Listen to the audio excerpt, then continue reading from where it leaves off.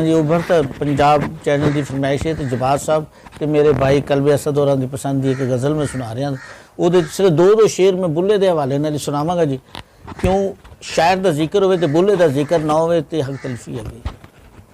बुल्ले के हवाले नाल दो शेर पढ़ांगा जी।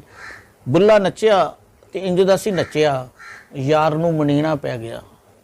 बुल्ला नच्चिया तो इंज दा सी नच्चिया यार नूं मनीना पै गया। जदों बुल्ले दा कुछ नहीं सी बचिया यार नूं मनीना पै गया। कीते हार ते सिंगार मेहंदी ला के बुल्ला नच्चिया सी दूई नूं मुका के।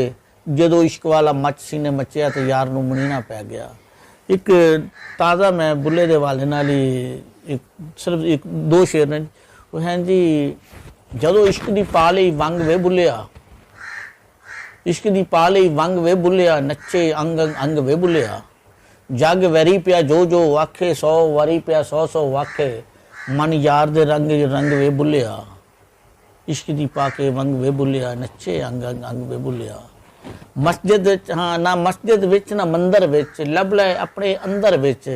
तेरे नेड़े नेड़े वसे लभदा फिरना झंग वे बुल्लिया, इश्क दी पाके वंग वे बुल्लिया। मैं हुण सरजी होरां दी गज़ल दे दो शेर सुना रहा जी, पंजाबी गज़ल जी। पत्थर दे नाल खह गया शीशा, रोवण जोगा रह गया शीशा। किरची किरची टुट के होया, किन्ने दुखड़े सह गया शीशा।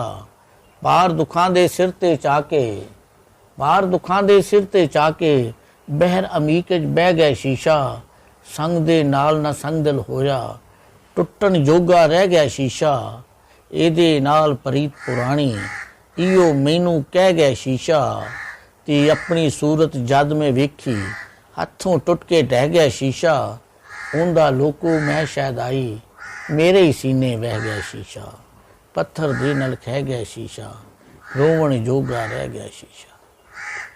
ये मेरी वो किताब दा है ना, पत्थरां नाल प्रीतां, ये ओदी नज़म।